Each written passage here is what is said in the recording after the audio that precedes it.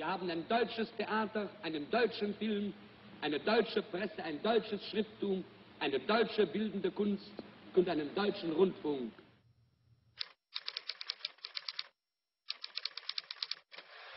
The next thing that always happens, the seventh step, is the targeting of key individuals. Goebbels was so good at this. He systematically targeted people who were not in alignment with the regime. So you start to see key individuals, visible individuals, kind of singled out to be punished or have repercussions, career repercussions.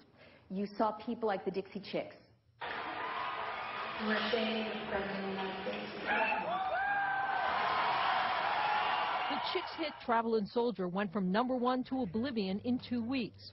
Replacing it, Daryl Worley's Have You Forgotten, a pro-war song. It wasn't a local type of thing where people, and there wasn't an aspect of that, but for the most part it was coming down from the top. You are not allowed to play the Dixie Chicks. One random comment, they wished Bush wasn't from Texas. Next thing you know, Clear Channel, which has close ties to the White House, is making sure that radio stations are not playing their music. We don't have a stage and a microphone. All we have is our checkbook when we go pay for the CDs and the tickets and the T-shirts and all the stuff we paid too much money for. And then, another one of these echoes, you hear about spontaneous CD burnings of Dixie Chicks CDs all over the South. And you know there's something funny going on with this because CDs don't burn. What does this echo? Book burnings, of course. In April of 1933, Goebbels orchestrated spontaneous book burnings where students were supposed to pile up books by people who were critical of the regime and trash them, set them on fire. You saw people like Dan Rather, a critical report of Bush's service. CBS News, 60 Minutes, and this reporter drew fire today over our reports that raised questions about President Bush's military service record. Subsequently, the White House put so much pressure on his employer that Dan Rather now claims in a lawsuit that his employers caved to White House pressure and drove him out of his job.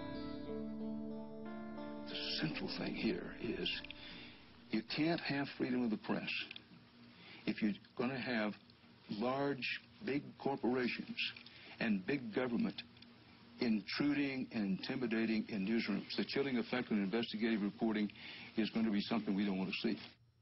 Many visible people sidelined Valerie Plame. My name and identity were carelessly and recklessly abused by senior government officials in both the White House and the State Department.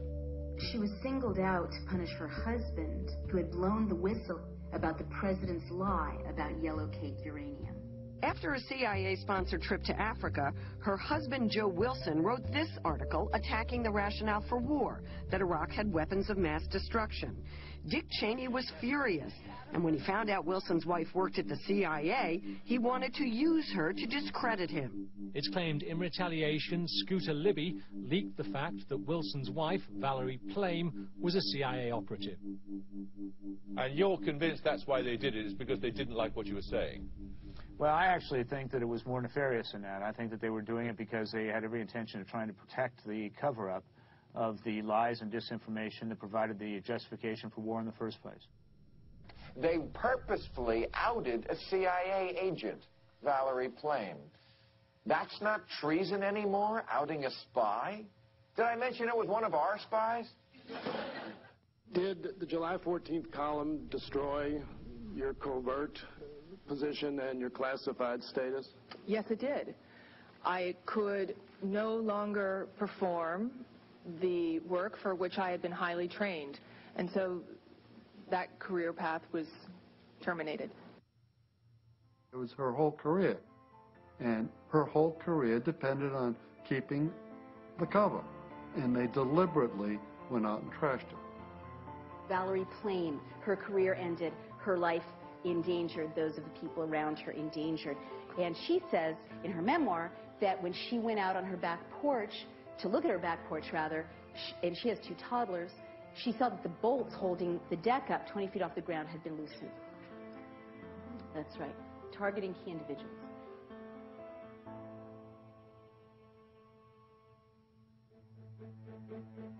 Prosecute the Tars! Prosecute the Tars! Prosecute the Tars!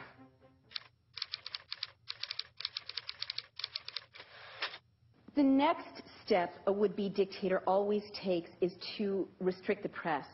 Of course, this is really scary, you know, to me, but it should scare all of us.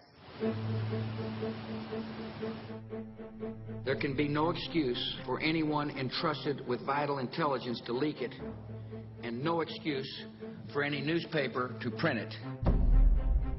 Bill Keller, the executive editor of the New York Times, chose to publish a story that revealed that the White House, under the guise of fighting terror, was secretly and illegally monitoring financial transactions through a Belgian telecom company called SWIFT. Some in the press, in particular the New York Times, have made the job of defending against further terrorist attacks more difficult by insisting on publishing detailed information about vital national security programs. There was this drumbeat of sound bites from the White House. Treason, treason, treason. Right-wing pundits and elected officials immediately called for the prosecution of the New York Times and its confidential sources under the Espionage Act. And I'm calling on the Attorney General to begin a criminal investigation and prosecution of the New York Times, its reporters, the editors that worked on this, and the publisher. Other pundits used White House sound bites that called for Bill Keller's prosecution on the basis of treason. Anybody who leaks or publishes classified data in a time of war in a highly successful program such as the SWIFT base, they should be tried for treason. If they were found guilty of treason, I would have no problem with them being executed. There was this soundbite: prosecute such reporters under the Espionage Act. Prosecute reporters who release classified information under the Espionage Act. Well, anyone who works in journalism knows that up and down New York and Washington, good reporters are transmitting classified information all the time, because that's how they do their jobs. This is really scary when you've read the history of closing societies, because what immediately comes to mind is that in 1936 and 37, Nikolai Bukharin, the editor of Izvestia, the equivalent of the New York Times in Russia, was charged with treason by Stalin. He was tried in a kangaroo court in the Third Moscow Show trial and was in fact executed.